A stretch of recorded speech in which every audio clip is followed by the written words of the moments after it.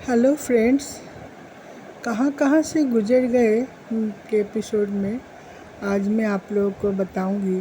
उत्तरपाड़ा में हमारे मायके में एक काम वाली जो काम करती थी, रानी माँ। उनको हम लोग रानी माँ बोलते थे। क्यों बोलते थे, कैसे बोलते थे, मैं आगे बताऊंगी। तो उनके बारे में हमारे जीवन में बहुत ज़्यादा जुड़ी हुई थी और मैं छोटी थी, मेरा बहुत ज़्यादा जुड़ाव था उनसे और उनकी बहुत सारी बातें मेरे मन में घर कर गई हैं। एक एक बातें अभी भी मैं याद करती हूँ, जैसे लगता है कल की बात हो। और रानी माँ के बाद में बता रही हूँ, उनको असल में हम लोग, मेरी माँ सिखाई थी नानी माँ बोलने के लिए। देखिए, बंगाल में ना काम करते हैं जो, उन लोगों को काजेर मासी बोला जाता है, मैंने काम करने वाली मौसी। जैसे मैं जहाँ रहती हूँ छत्तीसगढ़ में, यहाँ बाई, सर्वेंट, ये सब बोलते हैं। तो मेड भी बोलते हैं कहीं कहीं, जो ज़्यादातर हम बाई सुने हैं। वैसे मैं महाराष्ट्र में भी सुनी हूँ, ऐसे ही कुछ सम्मानीय ढंग से ही बुलाया जाता है। तो बंगाल के, फिर वेस्ट बंगाल के उधर में पुरुलिया, ये सब में बोरोनी, ये सब भी बोलते हैं। ईसीएल में जो हमारे फ्रेंड्स थे वो लोग ऐसे बात करते थे, आज बोरोनी आई, आज बोरोनी नहीं आई। मैंने काम वाली बाई के बारे में जिक्र करती थी। लेकिन कोलकाता में काजर मासी बोलते हैं। लेकिन हमारी में हम लोग को असल में सिखाई थी नानी माँ बोलना। लेकिन मेरा जो बड़ा वाला भाई था, तब वो हमारे यहाँ काम पे आई थी, बहुत छोटा था। तो वो नानी माँ को नौ नहीं बोल के रॉ बोलता था, रानी माँ, रानी माँ। तो बाद में इन फ्यूचर हम लोग सब उनको रानी माँ ही बोलने लगे। रानी माँ, ऐसे रानी माँ मतलब रानी माँ, जैसे रानी किसी का नाम हो ऐसे माँ, ऐसे एक्चुअली वो नहीं था हमारा। जो भी हो, रानी माँ का मैं डिस्क्रिप्शन बताऊँ तो अबाव 60 की एक विधवा औरत सफ़ेद साड़ियों में आती थी। सिंपल सा, साधारण सा शकल सूरत, जैसे होता है काम करते करते लोगों को, वैसे एकदम बात नहीं करती थी। एकदम ना माने एकदम ना। मेरी माँ से एक दो शब्द बात हो जाती थी उनकी। लेकिन मैं बोली ना, मैं बचपन में बहुत ज़्यादा अंतर्मुखी थी, ज़्यादा कुछ बोलती नहीं थी, लेकिन सब बातों को बड़े ध्यान से देखती थी। रानी माँ के प्रति हमारा रिस्पेक्ट हमारी माँ ने सिखाया। जैसे दशहरा के बाद वहाँ विजयादशमी होता है तो बड़ों को प्रणाम किया जाता है, तो हमारी माँ ने रानी माँ को प्रणाम करना सिखाया था। बहुत कम घरों में, मैं अभी भी दावे के साथ कह सकती हूँ, ऐसा नहीं बोला जाता है, बहुत पहले। लेकिन रविंद्रनाथ टैगोर और ये सब के, शरद चंद्र के कहानियों में मैंने पढ़ा है। पुराने जो नौकर होते थे, जो पुश्तैनी उनके घर में काम करते थे, उन लोगों को फिर ये रिस्पेक्ट मिला है, काका दादू ऐसे बोलने का, मामा, और फिर रिस्पेक्ट देने का। तो मेरी माँ लेकिन ये हम लोग को सिखाई थी, तो हम लोग को उनके प्रति पूरा रिस्पेक्ट था। वो बूढ़ी थी, मैं देखती थी कभी कभी बर्तन भी मेरी माँ बड़ा बड़ा निकला तो धो लेती थी, ताकि उनको ज़्यादा तकलीफ़ ना हो। उनके प्रति, रानी माँ के प्रति मेरी माँ का अगाध स्नेह मुझे तब पता चला जब रानी माँ एक बार बीमार हुई। तो रानी माँ बीमार हुई तो वो रिफ्यूजी कैंप, उत्तरपाड़ा के पास डीओलडी है, वहाँ पे रिफ्यूजी कैंप था, अभी है कि नहीं पता नहीं। तो रिफ्यूजी, क्योंकि बांग्लादेश पार्टीशन में रानी माँ वहाँ से आई हुई थी। रानी माँ के जीवन की कहानी मैं थोड़ा बता दूँ। उनके 11 बच्चे थे। पति कब ख़त्म हुए ये तो मुझे नहीं पता, लेकिन 11 बच्चे थे और 11 बच्चे उनके ख़त्म हो गए थे, जिसमें बचा था एक नाती जिसका नाम था भाषाराम मंडल। वो मुझे कैसे पता चला वो बाद में बताती हूँ। पहले मैं बताऊँ मैं जो कैसे पता चला। रानी माँ एक बार जब बीमार हुई तब मेरी माँ रिक्शा में जाती थी 15 दिन तक। उनको कुछ बुखार और कुछ बड़ा सा मलेरिया टाइप का, या टाइफाइड, एग्जैक्टली मुझे याद नहीं। तो मेरी माँ रिक्शा में जाती थी, एक डॉक्टर को लेके जाती थी, और डॉक्टर को लेके 3-4 दिन बाद ही जाती थी, लेकिन रोज़ जाती थी।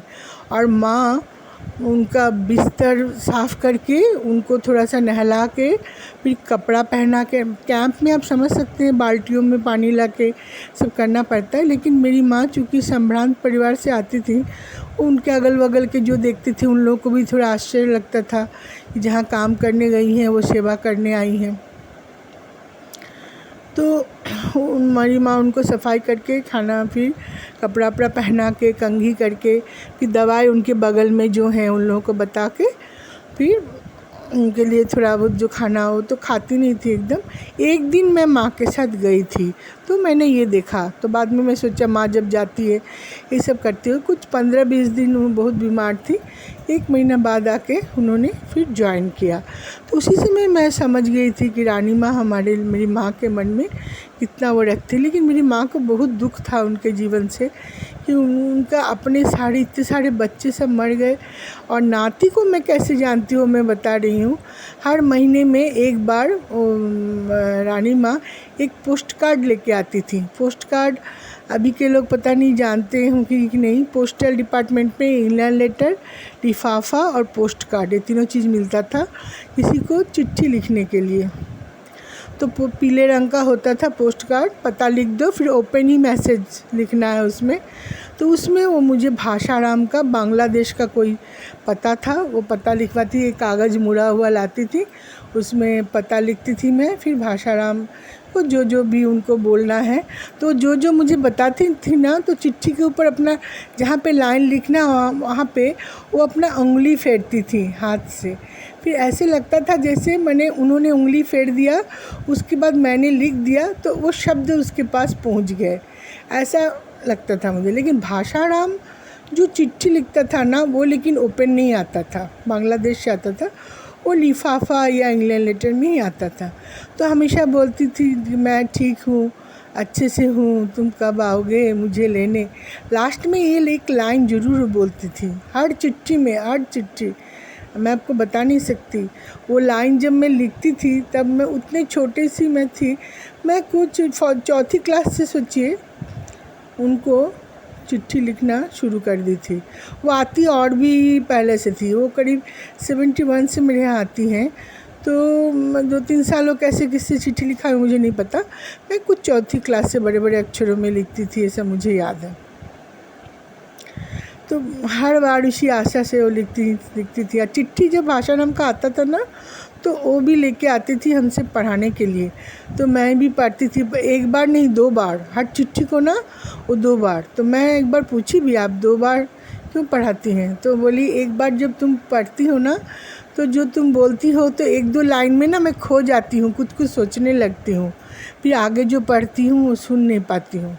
तो तुम पढ़ती हो, इसलिए 2 बार चिट्ठी पढ़ाती थी। फिर बड़े अच्छे से उसको कोई महंगा सोना गहना लोग या कोई महंगी चीज़ जैसे रखते, ऐसे छोटी सी उनकी एक बटुआ थी, बटुआ ऐसे कमर में। आज के दिन कितना सुंदर सुंदर बटुआ मिलता है, लेकिन एक कपड़े का, सफ़ेद कपड़े का बना हुआ, अपनी ही धोती का बना के रखी थी, उसमें रखती थी, चली आती थी। उनका एक खासियत था, वो कभी छुट्टी नहीं लेती थी। वो जो एक बार ली थी वो अलग, साल में एक बार मेरी माँ उनको ज़बरदस्ती 3 या 4 दिन का छुट्टी माँ देती थी। वो है अम्बुबाची पूजा, एक होता है अम्बुबाची पूजा में कामाख्या देवी की पूजा है, उसमें शायद विधवाएं करती हैं, सब चीज़ कच्चा खाती हैं, मैंने जैसे कच्चा चावल भिगा के उसको पीस के, फिर वो गर्मियों में आता है वो अम्बुबाची। तो आम, कटहल, लीची, ये सब ना गूँथ के ऐसे करके, कैसे गूँथती थी नहीं पता, दूध डाल के, दूध या दही शायद ऐसे कुछ डाल के कुछ बनाती थी, या दूध नहीं डालती थी क्योंकि कच्चा चीज़ खाना है। तो देखो लिक्विड रहता था, शायद फलों के रस से रहता होगा, उसमें शक्कर को डाल के, हाँ गीला नारियल कोड़ के ऐसे पाउडर, वो सब भी। तो वो एक दिन लेकिन उसका प्रसाद बना के हम लोगों को भी देने आती थी। अब यकीन मानिए दोस्तों कि वो इतना स्वादिष्ट होता था, मैं बता नहीं सकती। हम लोग को जब भी रानी माँ छुट्टी पे जाती थी, यानी समझते थे अब अम्बुबाची है, एक दिन वो वाला चीज़ आएगा। वो ऐसा एक स्वीट डिश था, बड़े से गमले में लाती थी कि हम 4 भाई बहन एकदम पेट भर के खाते थे।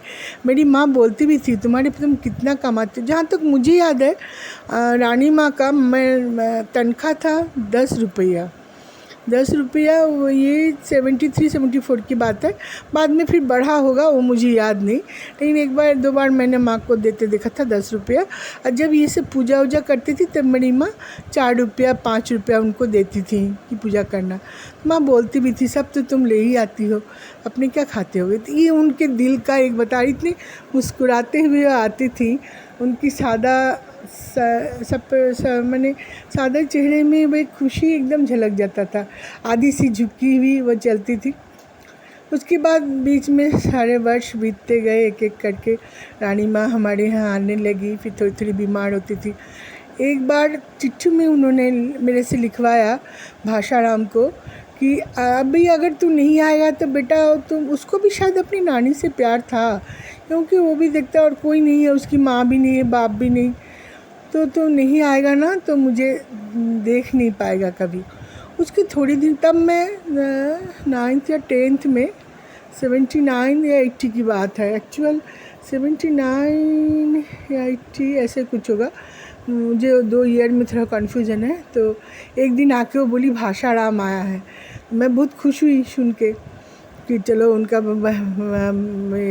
नाती तो आया तो है ना, देखने उनको बहुत खुशी है। उसके बाद 2-3 दिन बाद आके मैं जब स्कूल से आई, देखी किचन में वो रो रही हैं बैठ के, मेरी माँ भी रो रही है। मुझे लगा कुछ बुरा हो गया क्या, लेकिन वो बुरा नहीं था, वो खुशी के आंसू थे। भाषाराम उनको लेने आया हुआ था। तो हम लोगों से विदा लेते हुए जो बिछुड़ रही थी वो, उसी के दुख के आंसू थे उनकी आँखों में। तो उन्होंने हम लोगों से भी विदा लिया, हम लोगों को भी बड़ा ख़राब लगा। उसके मैंने तुरंत तो निकल गई, फिर चली गई होंगी, खुश रही होंगी, फिर कोई उनसे हमारा कोई ताल्लुकात नहीं थे। कभी चिट्ठियाँ ना, या कभी आया भी होगा। 10वीं क्लास से आप समझ ही सकते हैं, हमारी पढ़ाई लिखाई बहुत ज़्यादा बढ़ गया था, तो मैं इतना कुछ देख नहीं पाई। माँ ने ऐसा कुछ बताया नहीं, फिर उनके बारे में कुछ पता नहीं चला। लेकिन उनका नाती जो लेने आया, वो खुशी मुझे भी हुई और बहुत हुई, मैं बता नहीं सकती। उस औरत की तपस्या कहिए कि वो सफल हुई, सिर्फ अपने देश में जाके शायद वो मरना चाहती थी, उनका यही इच्छा था। हर एक को अपनी जन्मभूमि, जन्मने जगह की मिट्टी से बहुत प्यार होता है। तो रानी माँ तो चली गई अपने उसके साथ। उसके बाद हमारे यहाँ बहुत सारे मेड आए, वही काजल मासी लोग आए गए, सब जाई। सब जब मैं यहाँ छत्तीसगढ़ आ गई, फिर शादी के बाद जाती थी, सबसे मुलाकात होता था, सबसे मेरा स्नेह भरा संबंध। लेकिन बहुत बदले वो लोग, वो बहुत ज़्यादा बदला हुआ युवा, लेकिन कोई रानी माँ जैसी नहीं थी। तो आज यहीं पे हमारी रानी माँ का कहानी, शायद वो और नहीं रही होंगी, उनके प्रति समझिए मेरा श्रद्धांजलि है। जय हिंद।